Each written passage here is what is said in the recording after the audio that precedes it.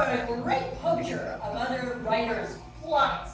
Well, that is true, my dear, but oftentimes I better them. Take comedy errors, for instance. Why have one set of twins, master and servant, when you can have two sets with the same names? Two masters and two servants separated in the same shipwreck that separated their parents. Antipholus of Syracuse and his servant Dromio go in search of their long-lost identical twin brothers and end up in Ephesus, where their identical brothers Antipholus have Ephesus and Dromio of Ephesus live. They find neither cheer nor welcome in a series of, identity mix-ups, but all's well that ends well. Unlike so many other of my plays. One so like the other as could not be distinguished except by surname. It must be a great relief to write farce, instead of about the deposed and murdered kings you set your quill to. Uh-huh.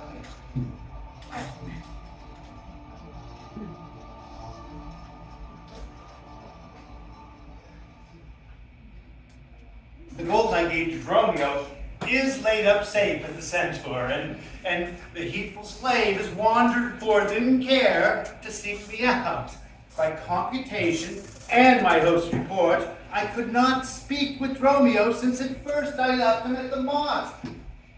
See, here he is. How now, sir? Is thy merry humor altered? As thy love strokes, so jest with me again. You know no Centaur. You received no gold. Your mistress sent to have me home to dinner. My house was at the Phoenix. Wast thou mad that thus so madly thou didst answer me? What answer, sir? When spake I such a word? Even now, even here, not half an hour since. I did not see you since you sent me hence, home to the Centaur, with the gold you gave me. Villain, thou didst deny the gold's receipt, and toldst me of a mistress and a dinner, for which I hope thou felt'st that I was displeased. I am pleased to see you in this merry vein. Pray, what means this jest? Pray, master, tell me. Yea, dost thou jeer and flout me in the teeth? Thinkest thou I jest? Hold now, take thou that, and that. Hold, sir, for God's sake, I pray thee, for now your jest is in earnest. And what bargain do you give it me? Because that I familiarly sometimes do use you for my fool and chat with you.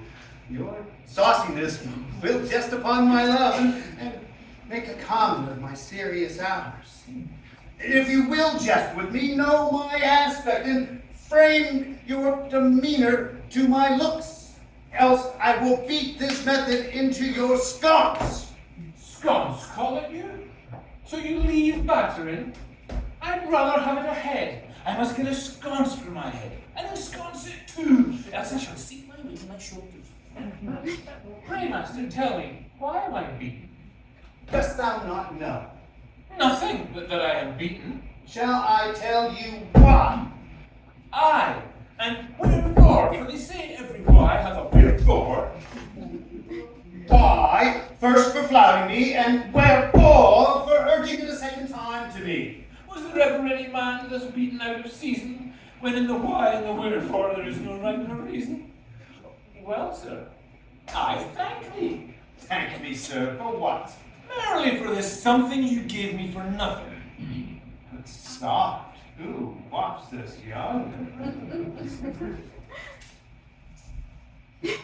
I, Antipholus, look strange and frown. Some other mistress has thy sweet aspect. I am not Adriana, nor thy wife. Oh, time was once thou unurged was vow, that never words were music to thine ear, that never object pleasing to thine eye, that never touch well welcome to thy hand, that never meat sweet savor to thy taste, unless I spake, or looked, or touched, or carved to thee. How comes it now, my husband? Oh, how comes it that thou art then estranged from thyself? Myself I call it, being strange to me. Oh, do not tear thyself away from me. Now, how dearly it would touch thee to the quick, shouldst thou but here I were licentious, that this body consecrate to thee. But ruffian lust should be contaminated. Wouldst thou not spit at me, and spurn at me, and hurl the name of my husband to thy face, my face, and tear the stained skin off of my harlot brow, and from my false hand cut the wedding ring, and break it with a divorcing vow? I know thou canst, and therefore see thou to it. I am possessed with an indulgent blood. My blood is mingled with the crime of lust. One, and thou play false. I do digest the poison of thy flesh, being strumpetted by thy contagion. Keep then fair league and truce with thy true bed. I live unstained, and thou undishonoring. Oh. Plead you to me, fair dame? I know you not. In Ephesus I am but 2 hours old, as strange unto your town as to your talk, who every word by all my wit being scanned, wants wit in all one word to understand. Fie, brother, how the world has changed with you. When were you wont to use my sister thus? She sent for you by Dromio home to dinner. By Dromio? By thee! And this thou didst return from him, but he did buffet thee, and in his blows denied my house for his, and me for his wife. Did you converse, sir, with this gentlewoman? What is the course and drift of your compact? I, sir, I never saw her in all my life. And now liest, for even her very words did thou deliver to me on the mot. I never spoke with her before this time. How can she then thus call us by our name, unless it be by inspiration?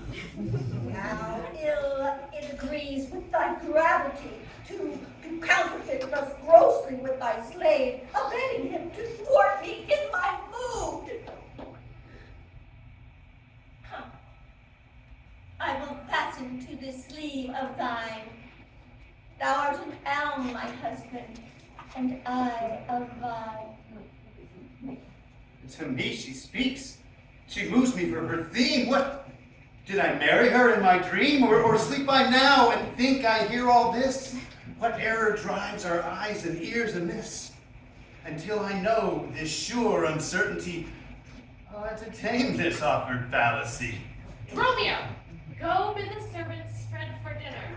Oh, for my beads, I cross me as a sinner. This is the fairyland whose spite is spites. We talk with goblins, owls, and sprites. If we obey them not, this will ensue. They'll suck our breath from pigeons, black and blue. Why pratest thou to thyself and answerest not? Oh, Romeo, thou drone, thou snail, thou slug, thou sot. I am transformed, master, am I not? Thou art in mind, as am I. No, master, in mind and in my shape. Thou hast thine own form. No, I am a knave. If thou art changed to aught, 'tis to an ass. Oh, 'tis true, 'tis so, I am an ass. Else it could never be that I know her as well as she knows me. Come, come. No longer will I play the fool and stick the finger in the eye and weep whilst the man and the master laugh my woes to scorn. Come, sir, to dinner. Romeo, keep the gate. Husband, I will dine above with thee tonight and shrive thee of 1,000 idle pranks. Sirrah, if any ask for your master, say, he dines for, and let no creature enter. Tongues disturbed. Dromio, play the porter well. I in earth and heaven, or in hell, sleeping or waking, mad or well advised, known unto these and to myself disguised. I'll say as they say, and persever so, and in this mist, at all adventures go. Master, shall I be porter at the gate? Aye, and let none enter, lest I break your pate. Go. Go, Antipholus, or we die too late. Come on.